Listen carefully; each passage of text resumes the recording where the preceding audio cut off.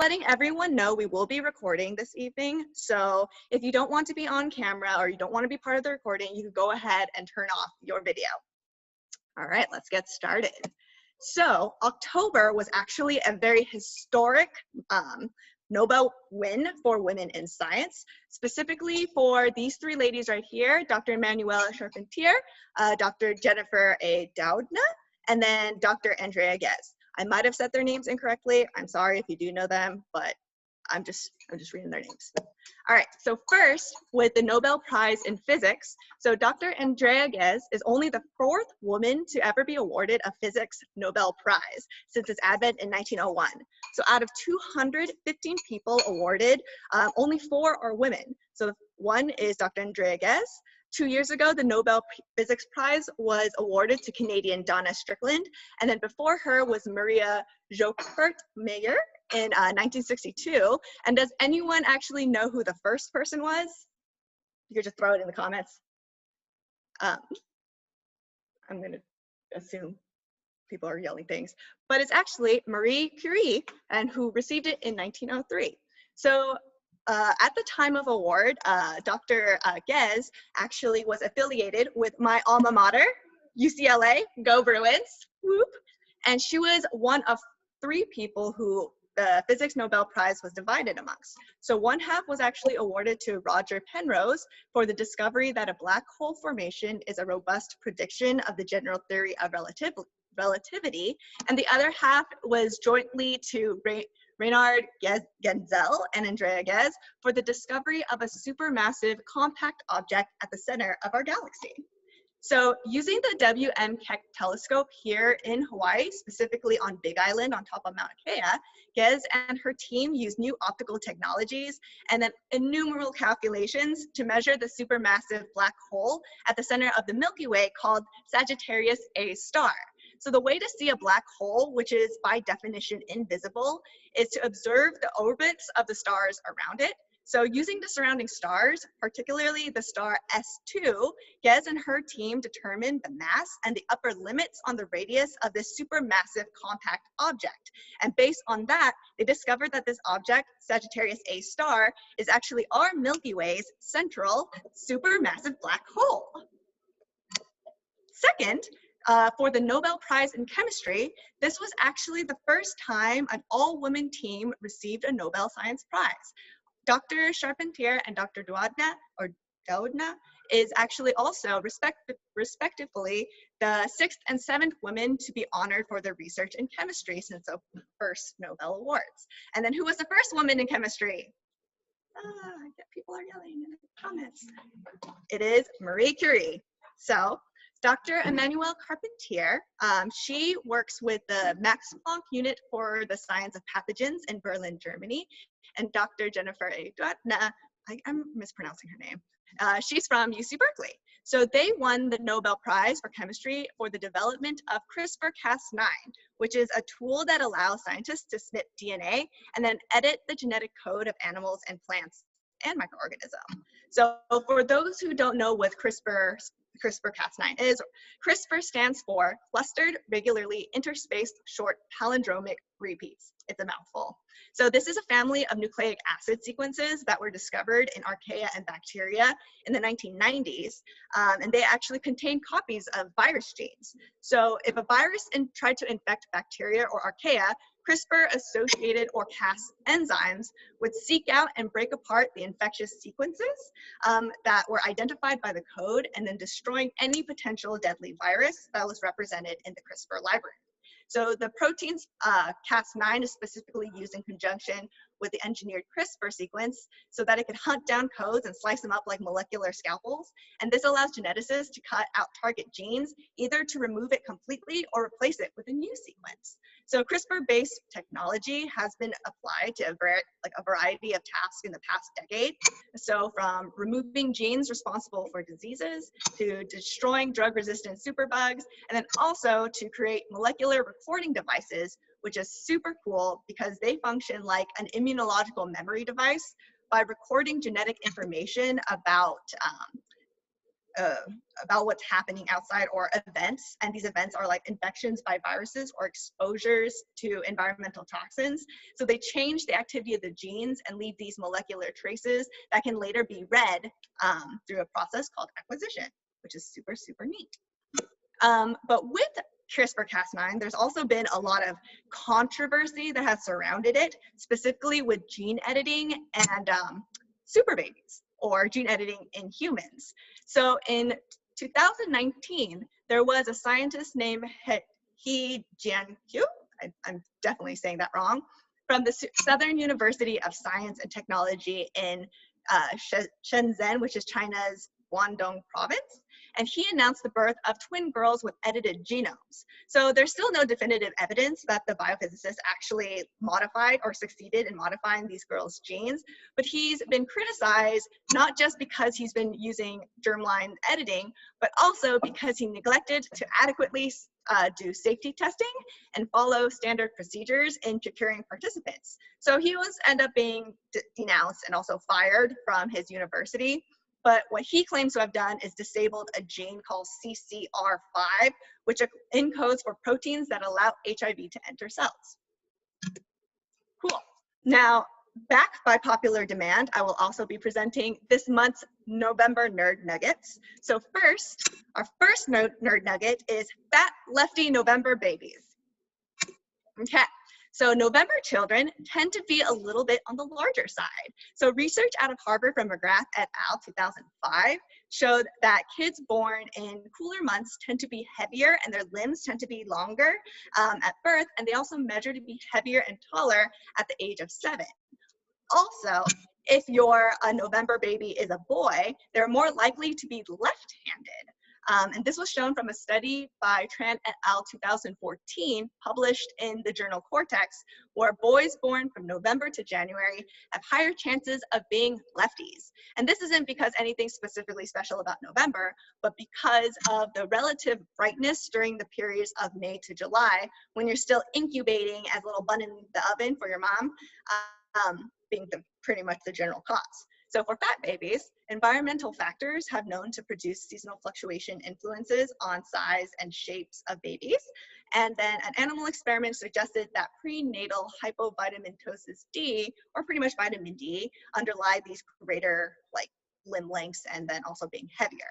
As for the lefties, research has shown that hormone testosterone delays the maturation of the left brain hemisphere, which in embryonic development dictates whether you're left-handed or right-handed. And so when mom is more exposed to daylight, it increases the mother's intrauterine testosterone levels, making seasonality in effect. And because boys tend to have more testosterone than girls because they have their personal own secretion of testosterone, they have a higher chance of being a lefty. So this is also taken with a little caveat, because the study looked more at people from Europe, but where you have more of seasonality in the year, but in Hawaii, it's not as prevalent because we have sunshine all day long. So that's good. And then last is our Nerd Nugget 2, octopus taste with their arms. Cool. So I don't know how to pronounce anyone's names, I swear. Jessen et al. 2020 identified special chemosensory cells on the skin of arm suckers in California two-spotted octopus. So the skin on the suckers have both types of these detectors. There's mechanosensory detectors or mechanosensory cells, which helps animals sense pressure and vibrations. But there's also chemosensory cells, which contain receptors that help octopus detect chemicals emitted by their underwater prey. So chemotactile cells have these thin branched ends that could signal continuously, known as tonic firing, but they're dependent on being close enough to touch. That's rather similar to our tongues.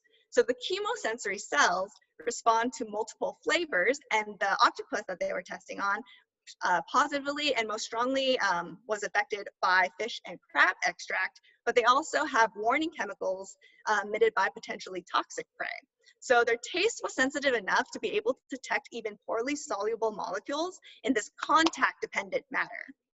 So to like summarize, essentially, octopus have also these mini brains in the arms that have exceptional ability to filter information because they have so many highly specialized receptors. So this may help explain why 2/3 of an octopus's neurons are in their arms. So octopus essentially have 8 brains and are dexterous arm tongues that allow them to feel taste or food semi-independently from their main body in the dark depths of the ocean home.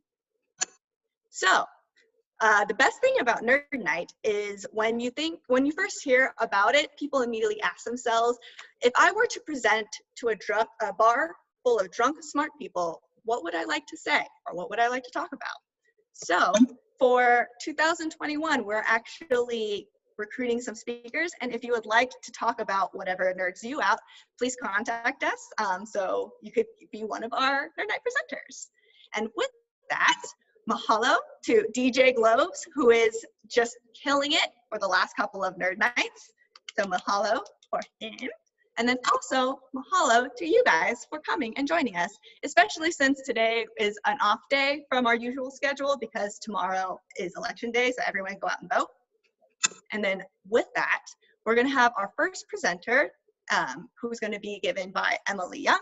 It's The Trees in the Deep Sea, a play on woods. And then the second will be about deep sea mining, a new industry with environmental impacts out of sight by Jesse van der Grent. And then the last will be a giant squid conspiracy theory by Sean Holland. So with that, shall we begin? Oh, let me stop sharing.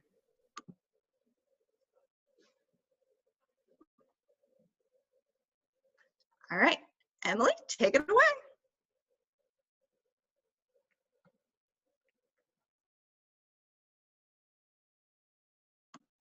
You are still muted.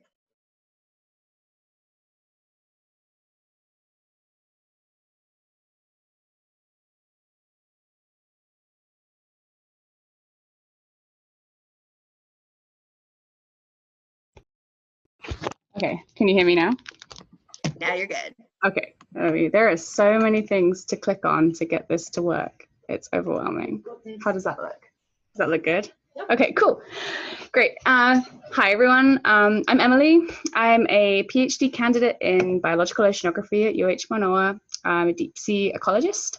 And I love all deep sea ecosystems dearly. But today I get to talk about one of my favorites called woodfalls. But first, a drinking game. Over the years, I have shamelessly collected a number of wood-related puns, which of course shouldn't go into my dissertation, but I think I might try to sneak a few in. Really, the point of me doing this Nerd Nite is to finally give myself a platform to share these with someone. It's a remarkably simple game. You just take a drink if it's a bad pun to ease the pain, or you take a drink to send me a cheers if it's a good one. Thankfully, I won't know the difference, so I'll just continue shamelessly throwing them out there. So with that, grab your pint and we can get started. Okay, so unlike the shallow waters that we may be more familiar with, the deep ocean has no light, which means there's no photosynthesis. Instead, most of the deep sea floor is fed by a somewhat gentle rain of material that sinks from the surface that we call marine snow. This is generally made up of dead animal parts, fecal material, and bacteria. And I recently tried to calculate this as an equivalent of something like 1/4 of a Tootsie Roll per meter squared per year for areas in the middle of the Pacific Ocean. That's how much food these areas get, so not a lot. So most of this life is adapted to a food-poor lifestyle. So then you can imagine that the arrival of an animal carcass or other large parcels of food creates a benthic bonanza on the seafloor. Okay, so these events are so notable that they form their own habitat type, broadly called organic falls. These habitats often feature unique species found nowhere else and attract a high abundance and a high diversity of animals. The Nerd Nite old-timers amongst you might remember a talk I gave almost exactly 4 years ago about dead whales on the seafloor. So today I want to talk about the vegetarian options, woodfalls.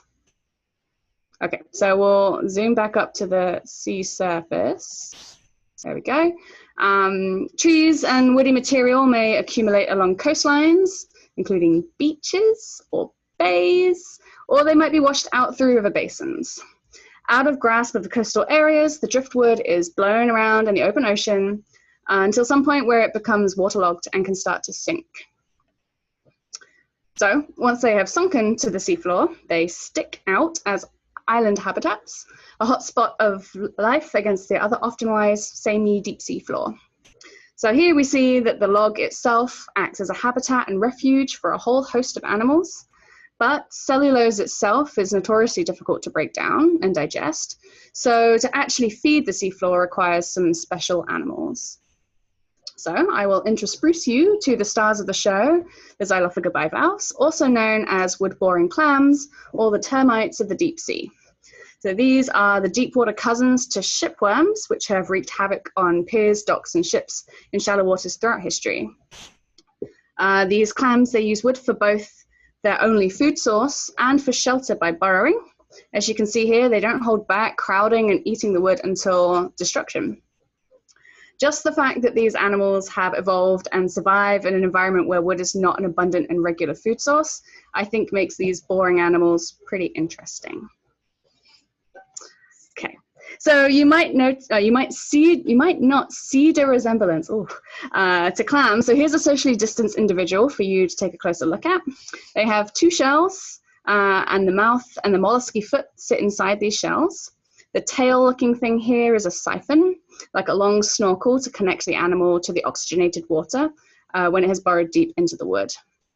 So the shell itself features these toothed ridges that scrape away at the wood by shimming around in the burrow, creating tiny wood shavings that can then be ingested. So cellulose can only be degraded using special enzymes. And as far as we know, no animals alone have the ability to do that. So instead, these clams have bacteria friends living in their gills, which produce the necessary enzymes and transport these enzymes to the gut to allow for the actual digestion of the wood material. After eating comes the pooping. You'd think that with that long snorkel siphon, this would be simply taken care of, but we actually see that some clams choose to pack their poop in their hole with them. This might have some advantages in creating a kind of chemical buffer for the clam, but we also see that this poop is important for the rest of the ecosystem. So for the animals without bacteria or without rigid mouth parts needed to eat the wood themselves, the feces of these clams, and the microbes living on it, is clearly a tasty alternative. Now here, the Xylophaga essentially unlock a whole source of nutrition, as well as opening up space for other animals to live in. For this, we regard them as ecosystem engineers. So wood in the deep sea that doesn't feature these clams appear very, very different. So they're super important. Okay, so for the rest of the talk, I'm just going to address 3 frequently asked questions about these intriguing habitats. Okay, so how do these clams get there in the first place? Unfortunately, reproduction and dispersal is one of the trickiest things to study in the deep sea, despite it being so fundamental. Most of what we know about deep water shipworm are inferred by studying their shallow water counterparts. To maximize the chance of clams to find their next wood source that is super patchy, right? We would expect a high fecundity lifestyle, so producing many, many larvae that float around in the plankton. The idea being the furthest you can spread yourself, the more likely you are to persist. So as an example, a single female of Teredo dilatata, it's a highly invasive, shallow water wood-eating clam, was seen to produce 100 million eggs in a single spawning event. So once the larvae floating around at the mercy of the currents sense the presence of the wood, they metamorphose and settle, and there they will remain there for the rest of their lifetime. There is some evidence of plasticity in reproductivity. That's the ability for a single species to change a reproductive approach over the course of a few generations even, possibly related to the amount of resources available.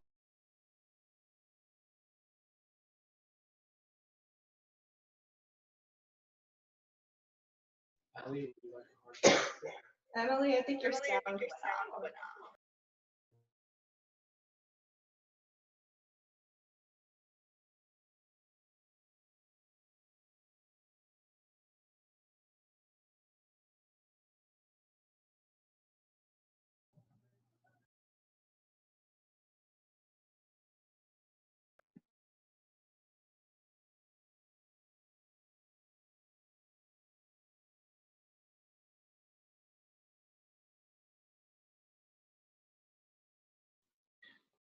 Emily? Might message her.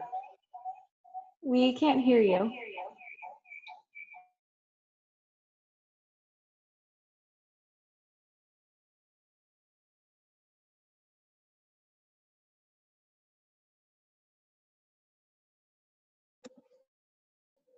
Still nothing.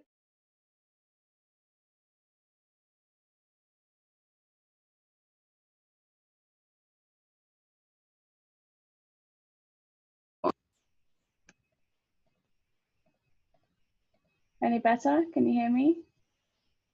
Yeah, okay, great. Okay, great. And can you still see my screen? Okay. Last thing is like this. Let's just try this again. Okay, so I guess I'll start this slide again, right? Did you hear any of that? Okay, right, so where are they found and how common are they? This is a tricky question due to the patchy nature of deep sea science and exploration. It's often biased to specific Northern Hemisphere locations. We would reasonably expect that these habitats be most frequently found offshore from wooded coastlines. Green circles in this map capture where woodfalls have already been found, but remember you can only find things where you look, right? So unlike habitats such as hydrothermal vents or cold seeps, there is no geological basis to reliably determine where these habitats could occur. We do find interesting ecologies of these habitats in submarine canyons where wood can be funneled and collected into a relatively small area. Okay. Where are they not found? We don't find Xylophaga in Antarctica. Wood blocks were deployed there and returned to the surface in pristine condition, while nearby whale bones were whale infested with bone-eating worms. So this makes sense, right? There's no trees in Antarctica. But this might be an area to keep an eye on as anthropogenic and new sources of wood potentially find their ways into Antarctic waters. Still, this could be good news for marine archaeologists searching for wooden ships such as Ernest Shackleton's iconic ship, the Endeavour.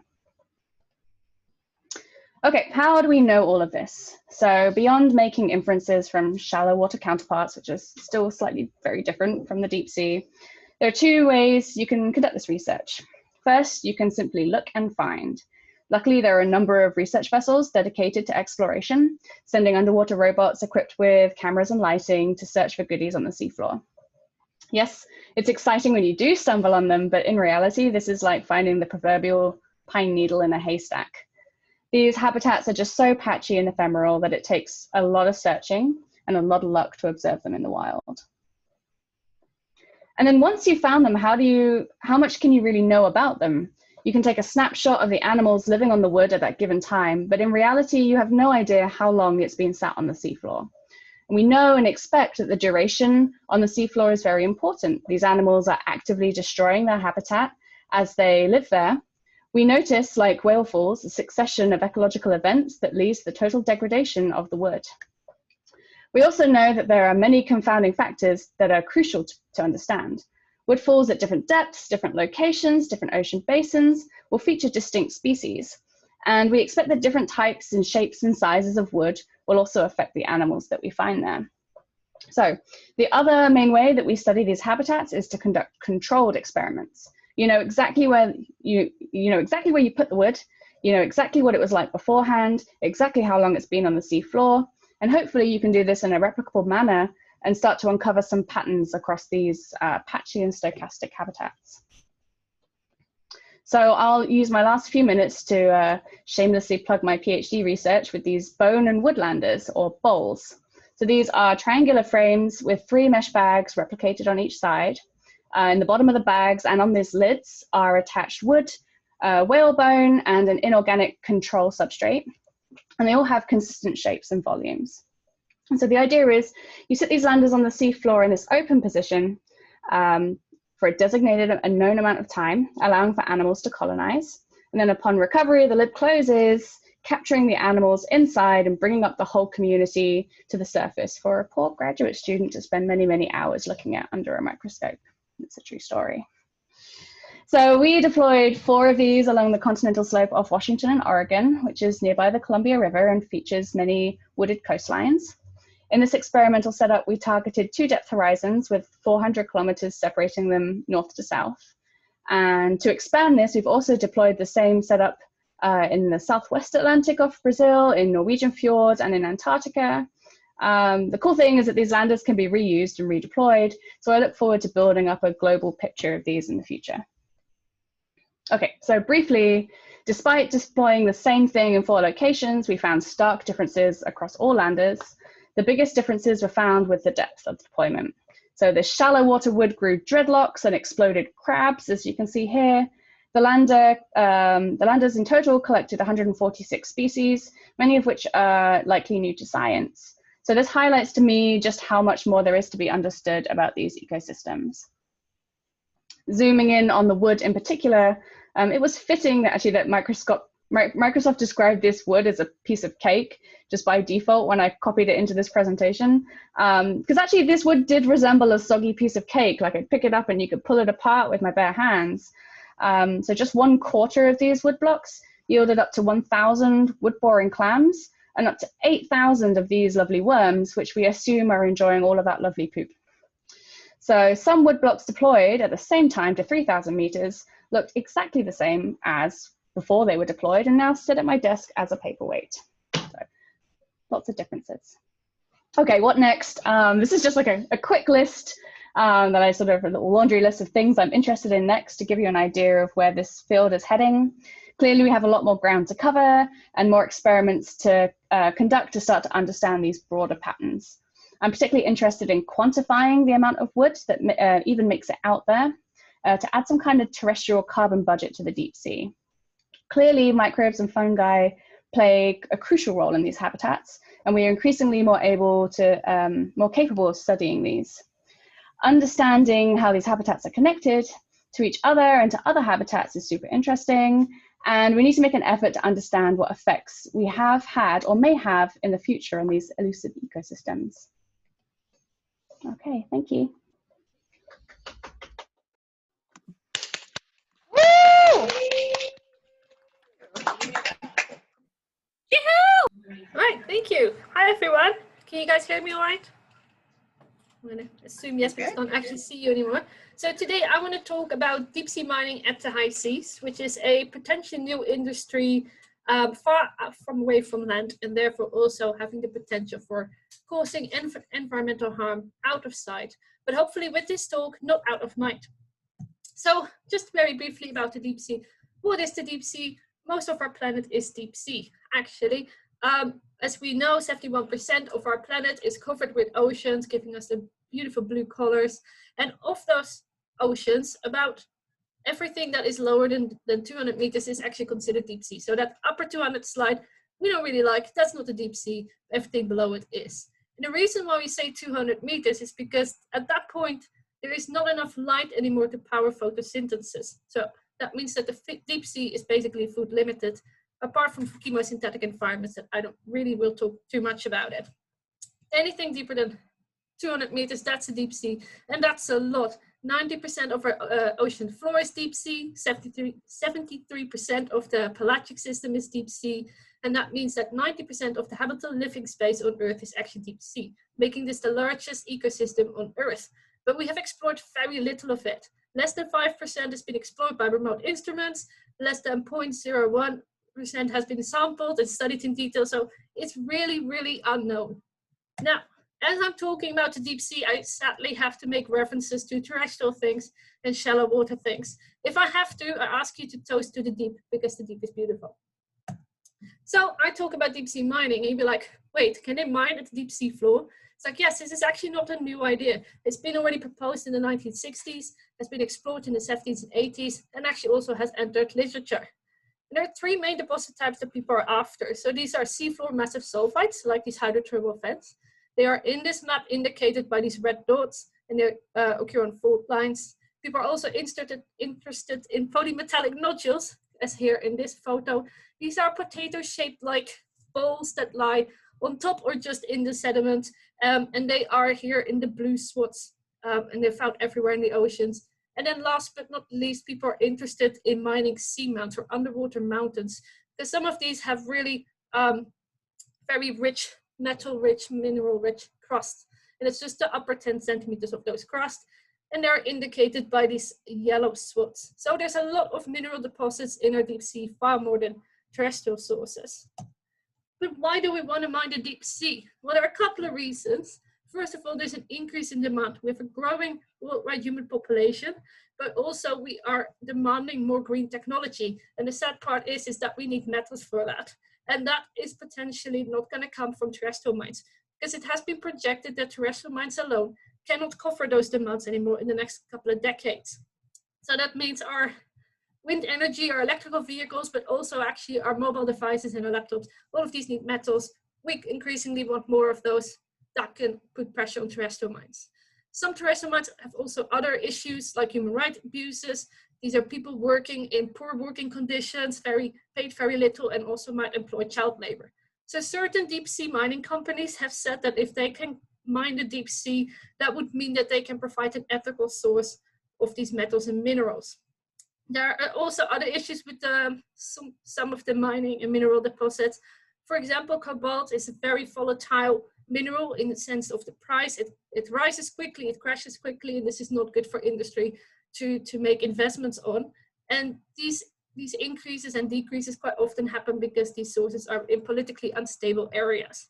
So there's, for example, in the Congo, there's lots of war going on. These mines might change hands. This can increase the prices quite a lot. And I will say, although it's not being used anymore, but in the 70s and 80s, there was a very different reason for wanting to mine the deep sea. At that point, we were at the changing of our world. The colonial period had ended, and developed countries still wanted these minerals and metals deposits that they used to get from their colonies, but they couldn't access them easily now anymore. Developing countries realized that they had this kind of power source, and they were actually pushing for a new economic order, and developed countries tried to circumvent that by exploring the potential for deep sea mining. That didn't go ahead because terrestrial mines started to develop more in all countries, but it is an interesting historical aspect.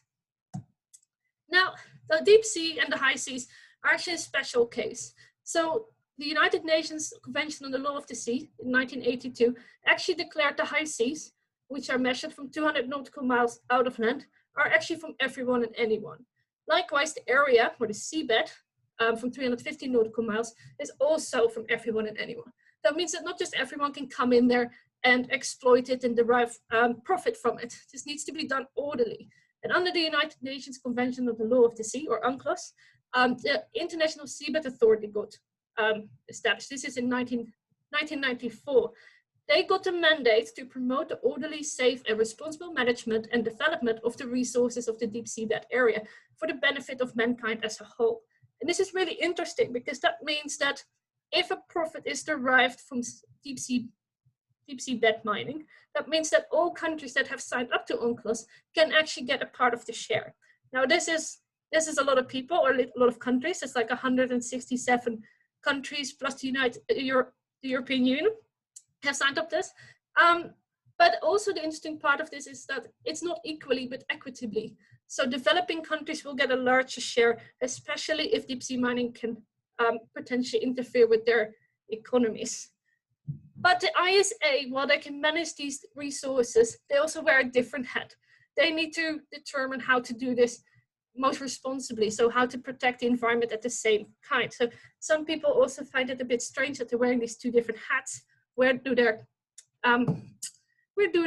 true reasons lie? I'm not going to say too much about that. I'm not supposed to say that, but it's interesting. The ISA has been releasing exploration licenses already. So these are not exploitation licenses just yet. And here in this map, I've indicated the areas where where countries can already start exploring the potential for deep sea mining. They cover the 3 different main deposits and they're present in all major oceans. Now, no exploitation has happened yet because we're kind of waiting a little bit for the mining code. The mining code is a framework of regulatory rules that determine how mining can occur and how to minimize risk to the environment and society. It was expected that the ISA would finalize the mining code this year, but the pandemic came along and it's been delayed a little bit. Even with the mining code present potentially next year, it's unlikely that any high seas deep sea mining is going to occur because the technology is not yet there, but it will happen within the next 5 to 10 years. So this is something that could happen quite soon. Now, how do you mine the deep sea floor? Like I said, we don't actually know yet because nothing has happened yet at the high seas. But there have been several proposals. These are by Nautilus Minerals.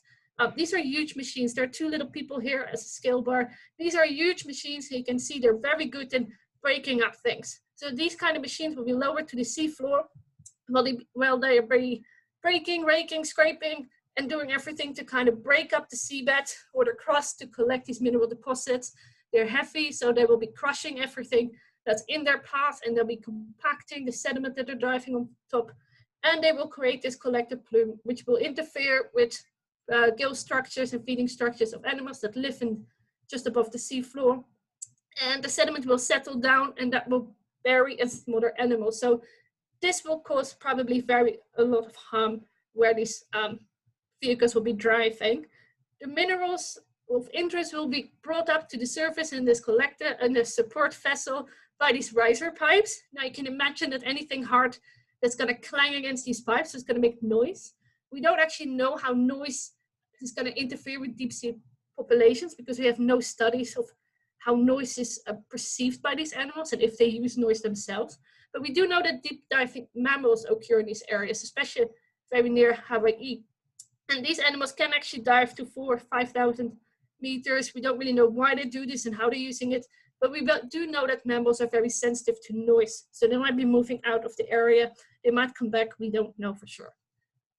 At the ship, the minerals will be separated from the sediment that also got collected in this process, and the sediment will be discharged back into the water column. It's not likely that they will discharge this at this epipelagic zone because it could interfere with photosynthesis. And the cynics among us will say it's also very easy to pick up with satellites. But it's also unlikely that they're going to bring it all the way back to the seafloor, which in a way would be making the most sense ecologically, because this is already a damaged area where maybe not so much is alive anymore. So a little bit of excess sediment on top of that is not going to make a big difference. But it's likely that they will release it somewhere in the mid-water columns so that they don't have to pay for the cost to bring it all the way back down. Now, how deep in the water column, we don't know, because mining companies do not have to release this information because it's proprietary information, so they can keep that a secret. But these waters are very, very clear. So you can imagine that a cloud of sediment suddenly appears and will stay there for maybe 20 years. It's going to cause some harm for the animals that live there. So either the resident populations, the deep diving mammals, the diurnal-vertical migrators that move up and down every day, they might be impacted by this water plume. Now, we need to talk a little bit about who lives there to make you maybe care a little bit more about this. I realize I mostly have benthic pictures, apologies for that. But if we look here at the polymetallic nodules, we see shrimps, we see sea starfish, deep sea squirrels, sea anemones. And these animals are all from the Clarion-Clipperton Zone, which is an area close to Hawaii that's most likely going to be mined for the first time. Every time people are going there, they find new species. The pier is very biodiverse rich, and these animals seem to be all very, they seem to be associated with the nodules in there. So that's their homes, that's their habitats. Hydrothermal vents are not as species rich, but what they lack in the species richness, they make up in the biomass and abundance. So quite often you see these hydrothermal vents covered with animals, and also different areas in the world have different communities. So for example, these yeti crabs that you see here, you just know that they're from the Indian Ocean. Rimicara shrimps, that's the Atlantic. Galapagos communities have like these tube worms. So they're really special, and they can only live at these hydrothermal vents, so they're very restricted. Seamounts are also quite special because they're raised structures where currents gather, bring extra food. So you have this increase of food that result in increase of biomass, abundance, and species richness. So you see very large sponges and corals, and they provide habitat for other animals or food or hiding places.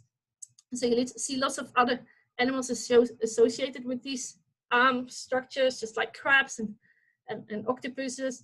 And not only that, their influence actually extends much further than that, because quite often on top of them, we see an increase in seabirds, in whales, and pelagic sharks. So seamounts are very important in that respect. Now, what kind of impacts can we expect? The problem is that we actually lack the data to really say what can happen. There have been a few studies for benthic impacts. Here are the 9 experiments that have been listed to study benthic impacts, but that's a lie because the first 3 actually haven't collected any data on post-disturbance or baseline studies. The fourth one has only collected data on post-disturbance. We have no data on the pre-disturbance or the baseline studies. DISCO was actually the first study and remains to this day the most important study to really understand what kind of impacts can be. And the reason for that is that we see this uptick here. That's a baseline study, and then the downticks indicate that they have several revisits to see what happened. We have a few other studies that vary in quality for this, but most of our conclusions are from DISCO. And DISCO happened a while back, so we have almost 3 decades of data to see how communities respond. And from that, we know that suspension feeders like sponges and corals have not recovered. Deposit feeders have recovered in terms of abundance and biomass, but the community composition is different. Scavengers are coming back, but the community composition is different. Even the microbes community composition is still different almost 3 decades later, and biodiversity is down. So what we're talking about is a recovery potential of more than a century. And this is based on a small scale study. This is not in comparison to a commercial mining endeavor that might take 20 years. So the recovery potential is very, very low. Now, as I explained, it's not just the benthic that might be impacted, but also the water column. We have no empirical data of how suspended sediments, increased suspended sediments, might impact deep sea animals. That's not a thing, but we can use common sense and studies from other areas, from shallow waters, estuaries, rivers, where experiments have been performed, where they show that increased suspended sediments increase stress, increase respiratory distress, and have influence on reproduction potential. The deep sea actually has other issues as well. For example, the buoyancy issues. So for example, you can see behind me a lovely sapphire. The sediment can settle on that and can actually influence its can make it negative buoyant, so it will sink. But also these animals will use bioluminescence to communicate, to find mates or to find prey that will be impacted. And these sediments and the water here is very likely to be toxic, because when these vehicles at the seafloor are crushing the oars, metals can leak out, so this plume can also be toxic. That can have lots of consequences for population, but ecosystem services as well. So if by now I haven't convinced you yet that this is potentially a very serious problem, I'd like to draw your attention to the Pokeball. As you're in Hawaii, and you probably really enjoy your Pokeball, tuna is actually really dependent on diurnal vertical migrators. This is their food source. These diurnal vertical migrators are going up and down the ocean column every day, feeding at night at the sea surface, and then going down just before sunrise. Tuna love to eat them, and they will eat them. These little animals, these diurnal vertical migrators, will get in touch with the dewatering plume and have all of these impacts associated with them. So that can then be brought to the tuna. We can see that the tuna might actually be reduced in the biomass because they have less food. Some tuna actually can dive to these deeper depths, so they themselves might be impacted. There might be bioaccumulation of these toxins. So that means that we have less tuna to eat. And there are tuna fisheries in these areas. Depending on which country you look at and which area you look at, it would be quite a large overlap of tuna fisheries. And it might well be that small island nations are the most likely to be affected. So we really need to keep an eye on this. Now, no commercial deep sea mining has happened on the high seas yet. I keep saying the high seas because actually on the shallow, in economic exclusive zones, some experiments have already been done, but nothing yet at the high sea and nothing yet at commercial scale. This is really important because it still gives us a window to say that we need to collect more evidence and more understanding so that we know what the impacts could be. Because right now, with this mining code, we're trying to determine the trade-off of what kind of environmental harm can be done, and then what kind of industry can we have. We don't know what kind of environmental harm can be done, but yet we are deciding what kind of industry we can have. And what I'm worried with as an ecologist is that we could have a shifting baseline. So we don't really know what's out there, so we don't really know what we're losing. And I just want to draw your attention to this little mactophyte here.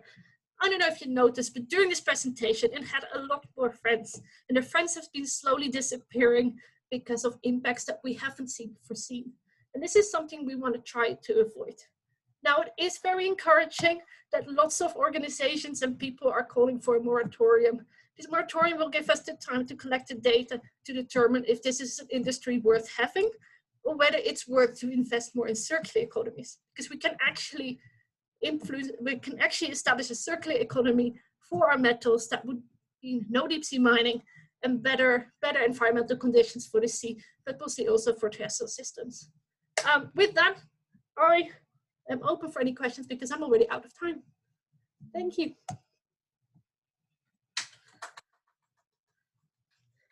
So, like she just said, so welcome to my giant squid conspiracy theory. I'm an undergrad in the Global Environmental Sciences program here at UH. So I'm going to kind of walk you through my stickies of the thought process that led me to this crazy conspiracy theory I've made around giant squid, and I'll get to that in a minute. So when I started as a freshman, when I was kind of finding my footing into research, I knew I needed to get a lot better at reading primary literature. So I started reading giant squid literature, just as it was engaging while also being fairly advanced. And while I was doing that, I weaseled my way into a diet analysis program. Here's the only picture of me working in the lab. It was taken by my advisor. I look horrendous, but it's my favorite picture in the world. I'm holding the fish I was working on is Alepisaurus ferox, a long-nosed lancetfish. When I was trying to come up with what I would be doing a thesis on, the giant squid literature and my diet analysis program collided late one night when I read that some of the first giant squid paralarvae had been identified out of a lancetfish stomach, and I realized I could probably come up with a project on the giant squid. And so I came up with an idea to make a species distribution model for giant squid, and I presented it to my advisor, and I cheated a little bit because I knew exactly what questions he was going to have me, and I had all of my answers prepared. And he approved this pipe dream of a project. And so I started working on it. But then while I was working on developing this model, every time I told people I worked on giant squid, they always had the same question for me. And I started digging into it and just fell down this rabbit hole about how big do giant squid really get? Because there's a clear-cut answer that you can look up in a book, but I'm convinced it is not the whole story. And we'll all go through the reasons why. So a few giant squid basics to start off with. So giant squid are broadly mesopelagic. So the two previous speakers were benthic and sort of benthic pelagic connections. I work wholly in the pelagic, and giant squid are mesopelagic, so in the upper from 200 to 1,000 meters, sort of the top layer of the deep sea, and sort of what you might hear referred to as the twilight zone. There's not enough light for photosynthesis, but light still exists, which is why giant squid have I believe, the largest eyes in the animal kingdom. And they also have a global distribution. You go to any ocean except for the Arctic, they have found giant squid before. And giant squid's role in all of these different places, they're a high-level predator. They eat, and they eat a lot. They, like many squids, pretty much all of them, live relatively short periods of time. So the ones that get big have to eat a lot to do so. So these guys are incredible predators, and a ton of their life history and ecology is still unknown. Unfortunately, I don't have a lot of pictures to share. This is one of the only very good quality images of a live Architeuthis that exists, and that's just a reality of working on one of the most elusive megafauna on the planet that lives in the deep sea. They're really good at getting out of the way of things. And so how big do we think they get? So if you look up, first off, there's a couple different ways that people like to classify, all right, how big is a squid? Everyone loves to talk about total length. If in media, that's what people, it's the biggest number. That's what everyone's interested in. But the reality of working on especially these squids is that a lot of specimens are damaged and decaying, and it's from the total length is from the tip of the mantle to the end of the tentacles, but those tentacles are kind of elastic, and so you have a specimen that's been in the water for a long time and maybe has damaged the tentacles. Getting a proper total length can be very difficult.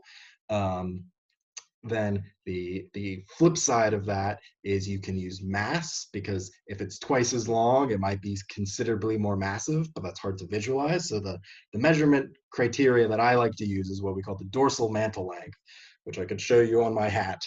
It is from the tip of the top where the fins are to just above the eyes. And that is the dorsal mantle length, which most giant squid fall somewhere around 2 meters, but the maximum that usually gets quoted is about a 3-meter dorsal mantle length. There is an asterisk there, and I went chasing after that asterisk as there was some sort of historical discrepancy. So I chased that historical discrepancy, and I found this record that a naturalist recorded in 1871. So 149 years ago, a schooner pulled out a giant squid with a dorsal mantle length of 4.5 meters. No arms, no tentacles, not even the part of the body with the eyes, just the mantle, 4.5 meters. This thing was massive, which also they took all of their measurements after they cut part of it off to use as bait. And so then this got me thinking of, okay, this particular instance is in some debate. It was 149 years ago, and so the record is not as solid as many of the modern ones. But let's assume that this squid does get this big.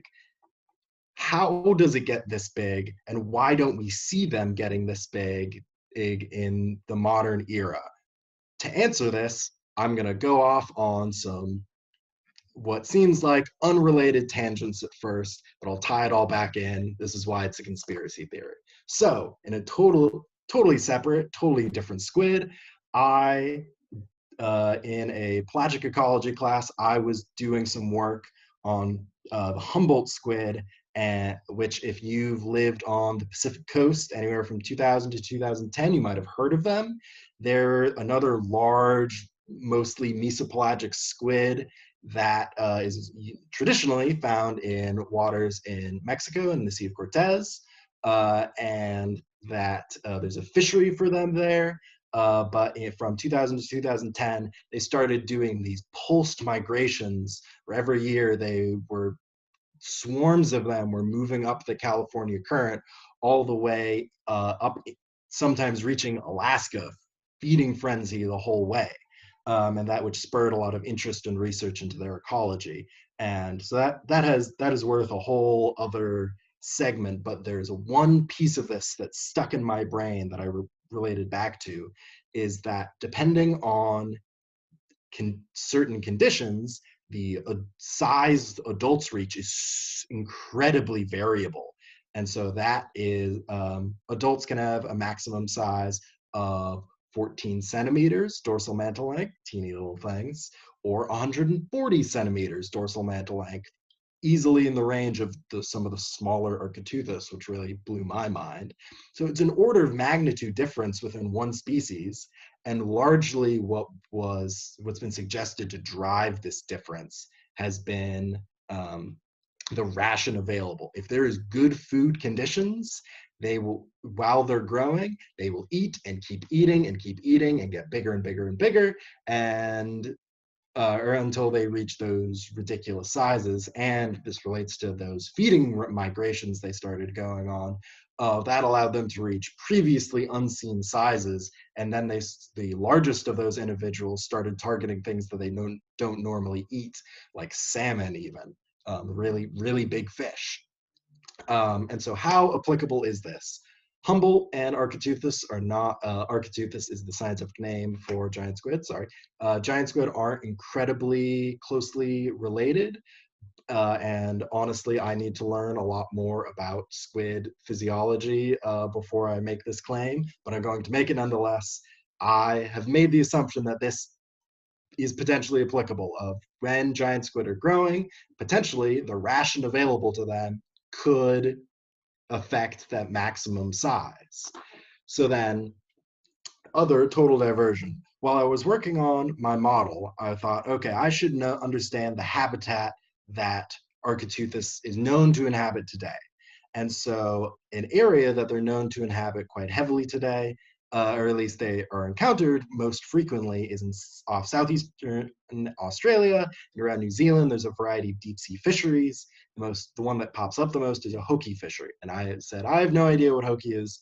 Let me do a Google and figure out what hoki is, so I can learn something about the ecology in this food web. And so I threw it into Google, and something right here, first results, popped out at me. Is hoki a cod? And this was this might not make any sense right now, but it was like, I have figured it out. The conspiracy theory is formed. Let's put it all together. I got this. Okay. So giant squid have associated traditionally with habitats of these cod-like fishes. I think I forgot to mention that the record-breaking 4.5 dorsal mantle-length squid was found off the Grand Banks in the northwestern Atlantic, which was traditionally the range of Atlantic cod, which was this legendarily productive fishery. In Jesse's talk, she mentioned the United Nations Convention on the Law of the Sea.